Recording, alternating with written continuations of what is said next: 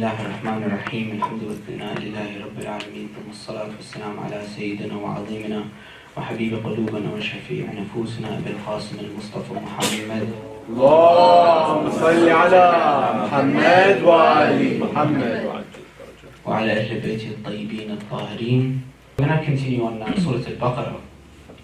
This is the 11th lesson in Surah Al-Baqarah.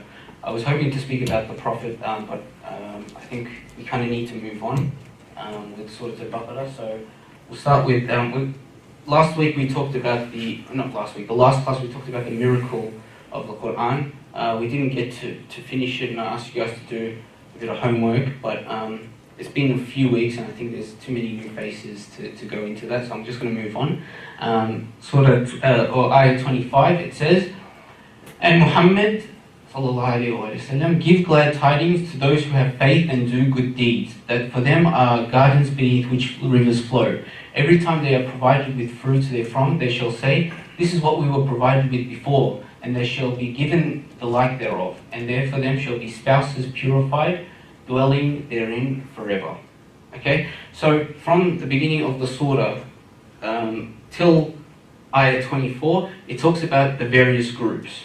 It speaks about the believers, the muttaqeen, the hypocrites and the disbelievers. The very last ayah was a challenge to the disbelievers. It says, and if you can bring a chapter like this chapter or like a chapter in the Quran, then bring it, but you won't bring it. And then the Quran talks about the punishment of the disbelievers. And now, in contrast, it's talking about the reward of the believers. So if you go next one. So it talks a lot about heaven, and this is really the first time that heaven is described in the Quran. And you'll see this similarly described in different ways. So let's go into it. So this is the antithesis of the painful fate of the disbelievers. The disbelievers are going to have a punishment, and their fuel is going to be men, and it's going to be fire and blazing, and it's going to be really hot, and so on and so forth. When you think about hell, you get, the point is that you get so scared from it or fearful from the punishment that your deeds and your actions reflect that. So the muttaqeen are the ones that are conscious of the punishment of the hereafter, so they stay away from bad deeds. Likewise, so that's to stay away from the bad deeds, and that's, Allah speaks about this first, by the way. And then, once you're afraid from the bad deeds, then you go towards what? The good deeds, and the reward of it. So here, you're going a bit too fast, a bit excited, huh? Or you want to go home quickly? Okay, so the first part is, and Muhammad give glad tidings to those who have faith and do good deeds, and for them there is gardens between which rivers flow. وتجري تحتها الأنهار خالدين فيها أبدا. So you'll hear this a lot. Actually, almost every time Allah speaks about Jannah, He'll say there's a river that flows beneath. Okay, so now this water, actually, very interestingly, yesterday I was reading the Risala of Sayyid Sistani, and the different types of ways. This is going to be probably boring for everyone, but I'm just going to quickly go through it. The different types of waters there is.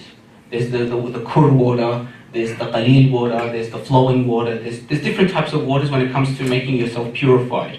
And one of the best types of purifying water is the water that flows. Okay? Sorry? الماء الجاري. الماء الجاري, yeah. So flowing water. And that even if najasa touches it, as long as the colour doesn't change, it's fine. So the best type of water is that type of. And you know, if has anyone got a swimming pool in their backyard? No? We're not that fortunate. I don't have one either. Actually, we used to have one, but we downgraded. Alhamdulillah. So if you've ever had a swimming pool, it's hard to maintain. You know, you have to put chemicals in there. You have to consistently, clean it and irrigation and whatnot. And this is with every type of earthly, worldly waters. In small portions, you have to clean it. But Allah here is describing you're going to own a river. But it's not just any type of river. It's this fresh, pure type of river. You know when you see an ad for Mount Franklin and there's that, that gushing water. That's what you're going to own. It's going to be yours. Underneath you, it's going to be flowing. Right? You're going way too fast. I'll tell you when, okay? I'll go like this and then you clean. So, clean, pure, fresh water that's not finished and untouchable from drought and najasa. And the point is purity. Okay, and this is a big theme when talking about Jannah, and we'll get to it. Purity, cleanliness, and free from. When you think of purity, you think of water. When you think of something, you want to think of the most pure thing in the world, you think of water. And in fact, that's what you purify yourself with. Okay? So this is the first important point of Jannah. Okay? And it says every time they are, this is the next important point, it says every time they are provided with fruits therefrom, they shall say, this is what we were provided with before. So if you get to the next one, what does that mean? Yeah, click. Okay, so there are different theories on what this fruits means. Okay, some say fruits, and you'll see in the Quran it's used in this way as well. Fruits doesn't actually mean fruits like apples or pears or pineapple. What fruits represent actually is your good deeds or your deeds. Okay, and you'll see like in many ayahs in the Quran, even in the Bible actually. In the Bible, if you read the Bible, fruits represents your good deeds. Okay, so if it's a bad apple, it represents bad deeds. If it's a fresh, ripe apple, it represents your good deeds. Yeah. So that's one theory. And so what happens? Go back. Okay, thank you. What that means is, so you'll for example do a good deed. Like after the program, I'll go, hey man, you did a really good job. Thank you so much. Okay. This is the good deed that I'm doing, that I'm acknowledging the hard work he did for his fellow mu'min brother. Okay. What will happen is in Jannah, a fruit will come to me, but that fruit is actually a visual representation of that specific deed that I had done. Where the people who get this fruit will say, oh, this is what we were provided with before. I've seen this before. Okay? And in fact, even for example, the surahs or the surahs of the Quran, when you memorize surahs of the Quran, what happens is on the Day of Judgment, you're going to see that as a creature, a really beautiful creature. And there's actually many hadiths, authentic hadiths, where the Imams say, if in this life you remember a surah or you memorize a surah, for example, Surah Al-Kawthar. My wife Kawthar is smiling at me. Oh boy. So if you memorize Surah Al-Kawthar, right, and then you forget it. Many times when we're young, we're forced to memorize Juz' 30 of the Quran. Yeah? You know, you go to the madrasa and you're forced to learn with the ruler, okay? Now, often with that method, you'll memorize it, but then when you are old enough to tell your parents, I don't want to go anymore, you're going to forget those surahs, right? What happens is the Imam says, on the Day of Judgment, what's going to happen is you're going to be, on the Day of Judgment, being judged, and what's going to happen is you're going to see your deeds and everything, and then all of a sudden this really beautiful creature will appear before your eyes. So beautiful. So much so that you're going to be like, what is that? I want it. I need that. What is it? And then it will be said to him that this is the surah that you memorized when you were in the dunya. And had you still had that in your memory, you would have recognized it and you would have owned it. But because you forgot it, it's not yours anymore. So you can see that there's a lot of visual representation that will happen in the hereafter that represents what you do here. So this is one theory of what this fruit actually is. It's not actually fruit, okay? It's your good deeds. And this is why you recognize it. Because when you do a good deed and you keep it. Remember we spoke about the hadith of Imam al-Baqir where he says, doing the good deed is not as hard as keeping the good deed. Because you can do a good deed, okay? For example, I give charity to someone that needs. Now, I've done a good deed, but to keep it is hard because as soon as I go tell someone, that good deed changes from a private deed into a public deed, which is a lower reward. And then I tell another person, that deed becomes riyah, showing off, and then I lose that deed. Okay? So then if I see that in Jannah, I won't be able to recognize that good deed and I don't get it. But if you keep it, you'll recognize it as a fruit. That's one theory. Next theory, yep. Heavenly fruit, this second theory is that it actually is fruit, okay? And these fruits will be brought to you for the second time, okay? So in Jannah, you'll have this fruit. For example, an apple comes to you, okay? You have it the first time, it's delicious, okay? Then what happens is, you'll get it another time. You'll get another apple. And you're gonna look at this apple and you're gonna be like, okay, so I'm in heaven, right? I've had this apple before, you know, am I going to get a bit bored of heaven? And actually, I've heard people say, I don't want to go to heaven, it's going to be boring, right? So they'll see this apple and they'll be like, I've had this before, okay? But as soon as they eat that apple, it's going to be as if it's a completely new taste, okay? You know when you have pizza, for example.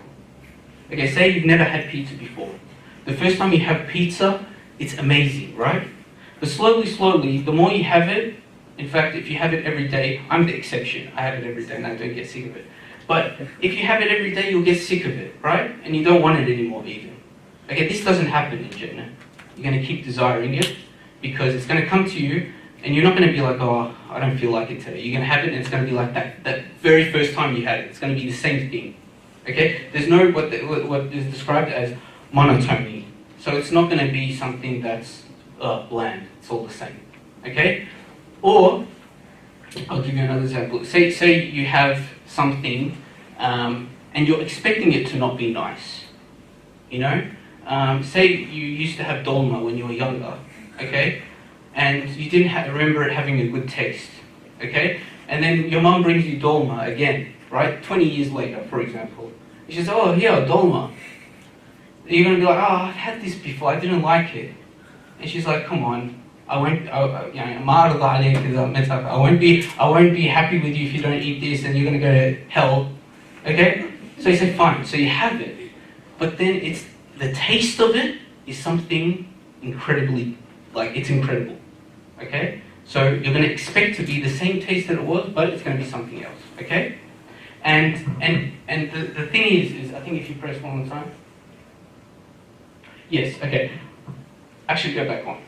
And it's going to be, there's not going to be any differentiation. You know, for example, I like apples, but I don't like pears. Okay? But it's not going to be like that in heaven. Everything you have is going to be absolutely delicious. Okay? So you might have seen it before and you think, you know what a pear tastes like, but it's not going to be something that you think, oh, it's okay. It's going to be amazing. Okay? So just keep that in mind. Every time you read the ayah in the Quran and it says fruit's going to come to you, you're going to be like, I don't even like fruit. You know, it's not like that. Just think of pizza. Pizza flavored apple. That's what I think. Okay. Or the third theory is, this is all by the Mufassirin, by the way. Different scholars who do tafsir al-Quran have given different theories. Another theory is what it's going to be. It's going to be like the fruits in this world, in order not to be odd and curious for them. So, you know, when you go into heaven, for example, it's not going to be this. This is the theory. It's not going to be this world where you don't understand what's happening and what's going on and new dimensions and no. It's going to be things that you've seen in this world. And everything that you liked and loved in this world is going to be replicated over there in the best of ways, best of forms. And one of the reasons for this is, you know, sometimes we have desires in this world, but we can't go ahead with the desires because Allah has restricted us. But what Allah has given us as compensation is an unlimited amount in Jannah. So He says, be patient. Usbur. You'll have it even better than what you think it's going to be like. Okay? So this fruit, it's going to be, you know, it's going to be something that you've seen before. And when you eat it, the sense of flavor is like a new taste. Okay? If you click one more time. Okay, I think that's it. Yeah, okay. So this part, and they shall be given the like thereof, if you click again. Now this is, the point of it is that everything is beautiful in heaven. Everything is wholesome in heaven. Everything is pure, again. There's nothing that's bitter. There's nothing that's rotten in heaven, okay? So when you think of, you know, gardens and whatever, you think of the perfect type of garden, the perfect type of tree. If you click again, okay, high standards, yeah, we spoke about this, and one of them, yeah, and it's, we spoke about this, yeah, and this was one, right? Yep, okay. Okay, and then the next part, it was meant to be, but everything's out there for you to see. But anyway, the next part is, and there for them shall be spouses purified, okay? I was really hoping I wouldn't talk about this part so soon into the tafsir, because there's a lot of theories about this, and it's a difficult subject to talk about. But we'll try. We'll give it a shot. We'll give it a shot. So here it's talking about spouses, okay? And it says in heaven, after you get the fruits, okay, you don't like fruits, no problem. After you get that river flowing underneath you, okay, you don't like that, no worries. That doesn't entice you to do good deeds, no worries. We'll give you purified spouses, okay, purified spouses. So what it means is it's purified from all dirts and stains and bodily and spirituality which they may have in this world. So any type of impurity you might find in someone, say even you're married, okay? Anything that you dislike about your spouse, that sort of thing doesn't appear in heaven. Unless it's something you dislike which is not justified. For example, there might be some people that don't like in their wife that they're religious, or don't like that they pray on time, okay? That does exist in heaven, okay? So the things that is considered pure by Allah's standards, that's what your spouses will be in heaven, okay? And the problem is when you get something like a bounty or something like a blessing, okay? Say you make $1 million from your business, okay? Immediately when you get that, you start thinking about, I hope I don't lose it now. You start worrying, you start having fear. You know, you have a baby, you start getting into panic mode about him getting injured or it getting injured, about why is it crying so much? Or, you know, you're worried about getting married because what if I have problems? What if what if we end up getting divorced? What if, she takes off her hijab and she's not as beautiful as I thought? Or, what if he's going to get fired and we're not going to have any money?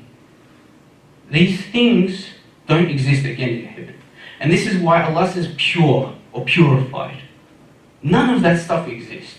So there was an important point that Allah didn't just say you're going to get spouses, but purified spouses, okay? And everything that you gain in this world, everything, okay, is going to be a source of problems for you, okay? Everything. People sometimes think, that someone's blessed because they have a lot of money. But because you have a lot of money, you're going to have more of a trial. Some people think, this person's so good looking. Okay, he's blessed with good looks. But you're going to have a big trial with dealing with that. Because when you go out and people start, testing your faith because you're so good looking, you're attracting more trials to yourself. Okay? Some people think that, what else? Education. That you have such... With education, with knowledge comes burden as well. Some people think that, our scholars are sitting in their home, living the luxury life because they're collecting all the hummus. The burden on their shoulders is massive, okay? Everything that you gain in this world is going to be a source of a test. But in Jannah, it's going to be a source of tranquility. It's going to give you peace, okay? And it's going to be eternal forever. And as Allah says, dwelling therein forever.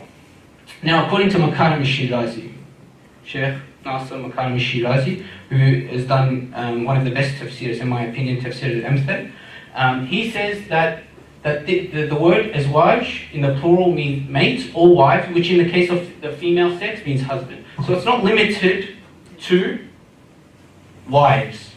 It also means that the females, you will get spouses as well, pure spouses. Allahumma salli ala Muhammad.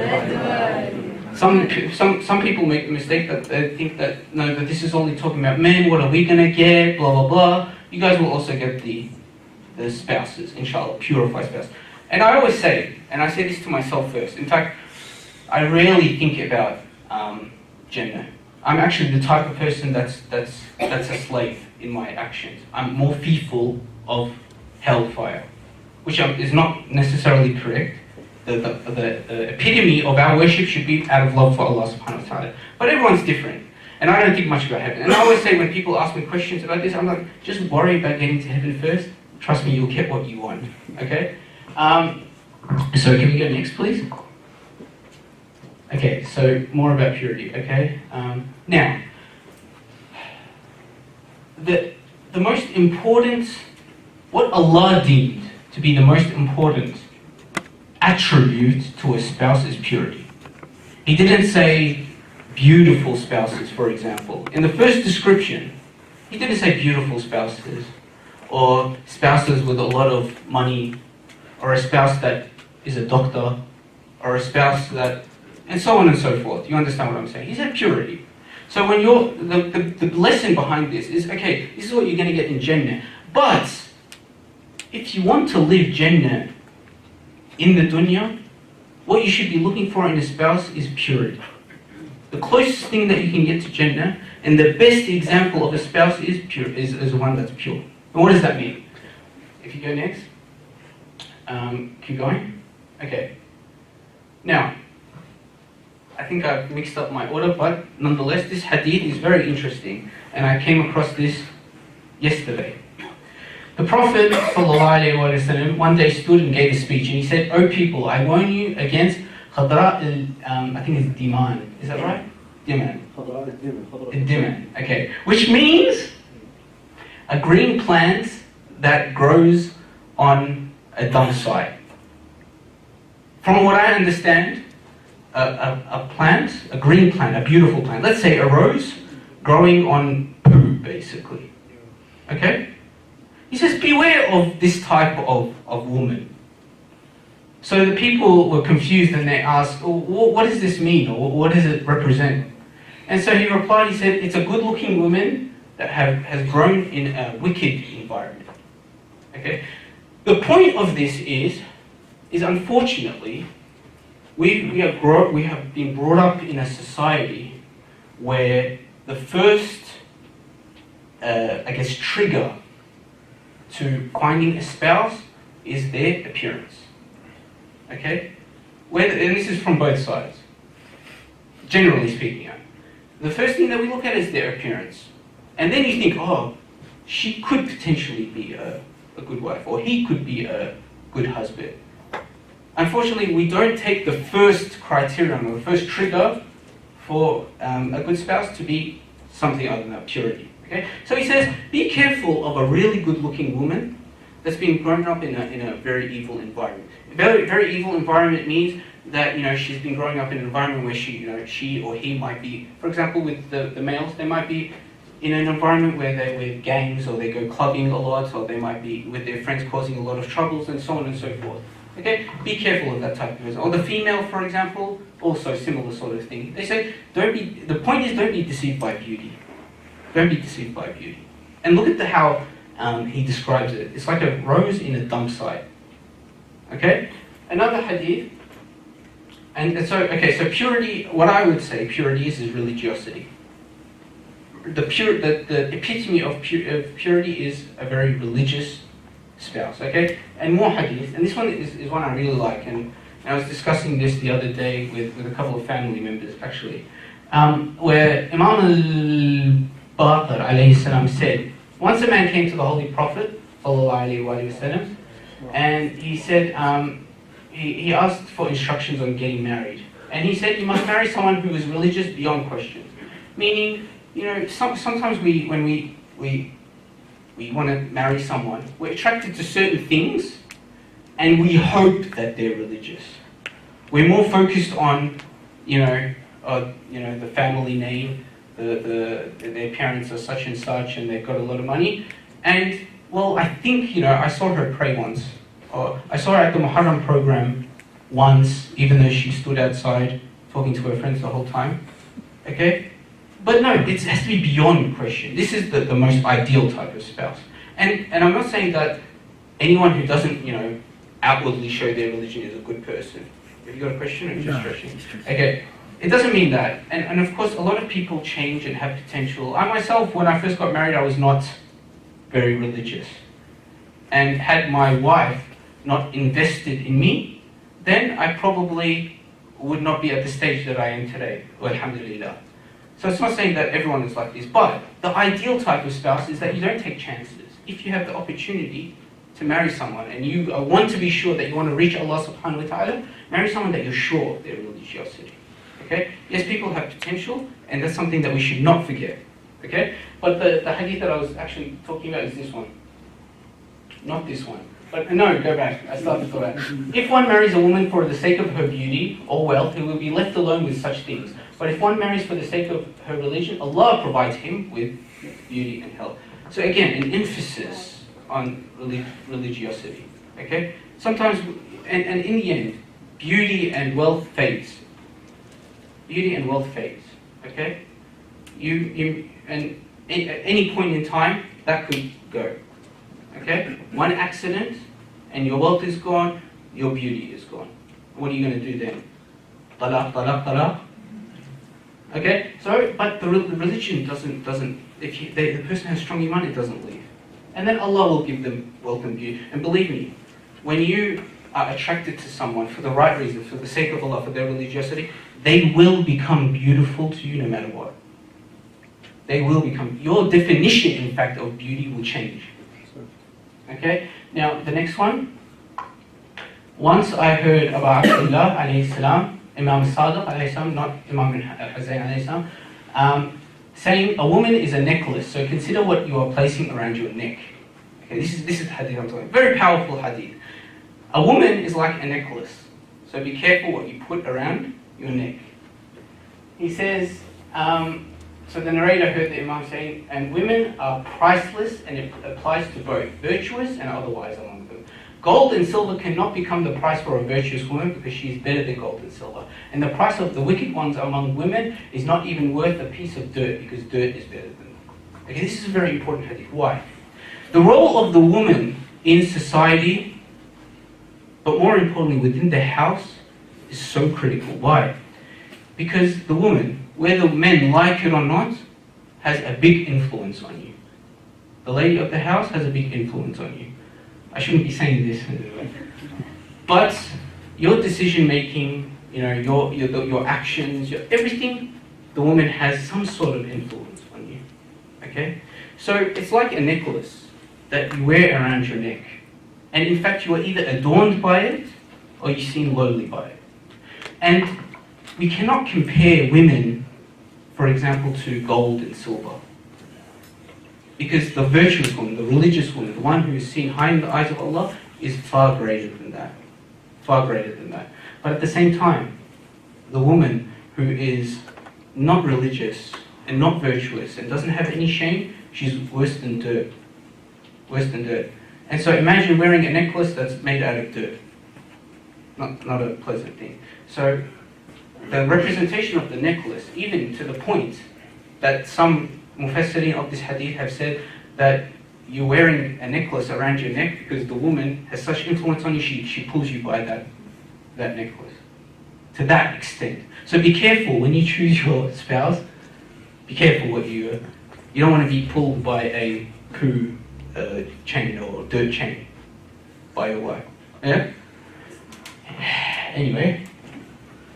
Pure from what? Okay, so the purity applies from the material and the spiritual side of things. So blood, urine, feces, semen, menstruation, etc. Okay? And even, they say, Fatima al-Zahra al-Tahira and Maryam bint Imran alayhim salam, they were both free from things like menstruation because of their purity. And Allah describes in the Quran of their purity, of Maryam alayhi salam, of her purity. And likewise, the hadith speaking about this lady Fatima is beyond doubt. Okay, so it's on one side. So if you've got a spouse, you don't have to worry about them not smelling well or whatever it is. Like maybe some of the ladies, they don't like the smell of their husband when they come back home from work. There's none of that. Okay, or their breath, for example. The next one is the purity from bad characteristics. Okay, so and things like adultery and fornication. In another place in the Quran, they're described as very loyal companions. Okay, so if you've got trust issues, don't worry about it. It's not going to happen in Jannah. If you've got a spouse in Jannah, you're not going to have to be checking, their Facebook or going around, checking at home. Where's Adam? No, you'll be alright, inshallah. They're pure. Okay, so, next one. But above all that, and I spoke about this last week, at the talk that I gave regarding revolution and Arba'in. The greatest reward in heaven, it's not just material things, but the greatest reward is the pleasure of Allah subhanahu wa ta'ala. Where after describing وَعَدَ اللَّهِ لِلْمُؤْمِنِينَ وَالْمُؤْمِنَاتِ وَعَدَ اللَّهُ لِلْمُؤْمِنِينَ وَالْمُؤْمِنَاتِ, so for the believing men and believing women, He has promised them جَنَّاتِ تَجْرِي مِنْ تَحْتِهَا الْأَنْهَارُ, the rivers flowing beneath, and so on and so forth, until He says وَرَضْوَانٌ مِنَ اللَّهِ أَكْبَرُ. And above everything, the pleasure of Allah is the greatest of all rewards that you can get in heaven. And I gave the question to you guys last week, which I always remind myself about, and especially after we've talked about this, for example, the perfect spouse. And many people think about this in this life, and this is probably their biggest test, you know. And it's very hard these days to find the perfect purified spouse. Now the question is in Jannah, if you had a choice between the perfect purified spouse or a 5-minute conversation with Allah subhanahu wa ta'ala, which would you choose? It's a question that I always think about. And the reason why I ask this, yes, you'll get both in Jannah if you desire. But the reason why I ask this is because one of them, you can have them right now, if you so wish.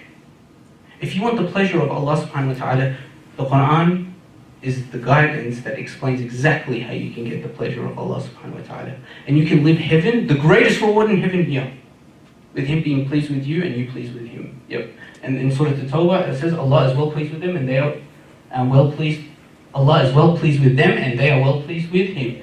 And the nafs, the nafs that enters heaven eventually, that nafs that we might be at, when we begin this life, is the nafs that is inclined towards evil.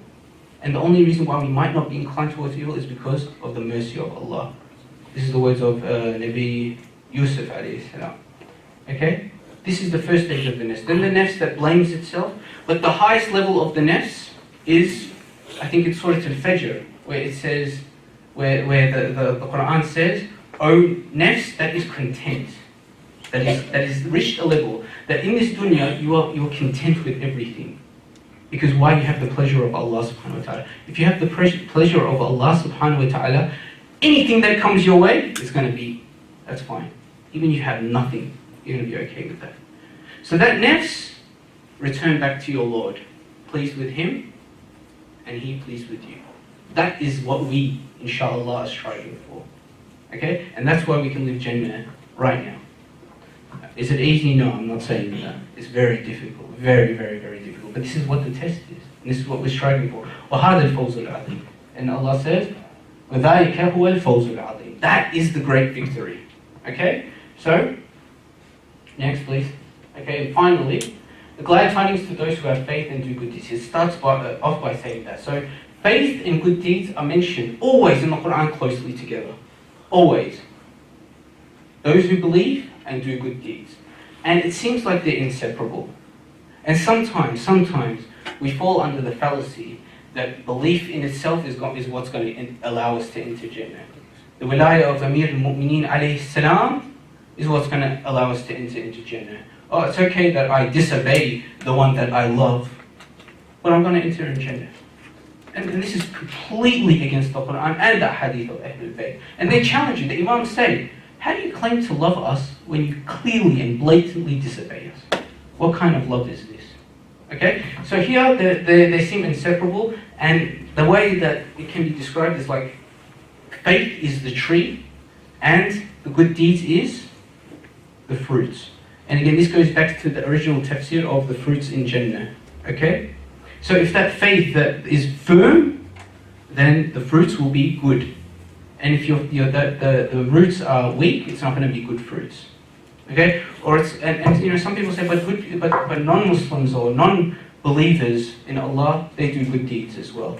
That's another discussion, and inshallah we'll get to that. Maybe when we get to ayah 62 of Surah Al-Baqarah, we'll discuss that, inshallah.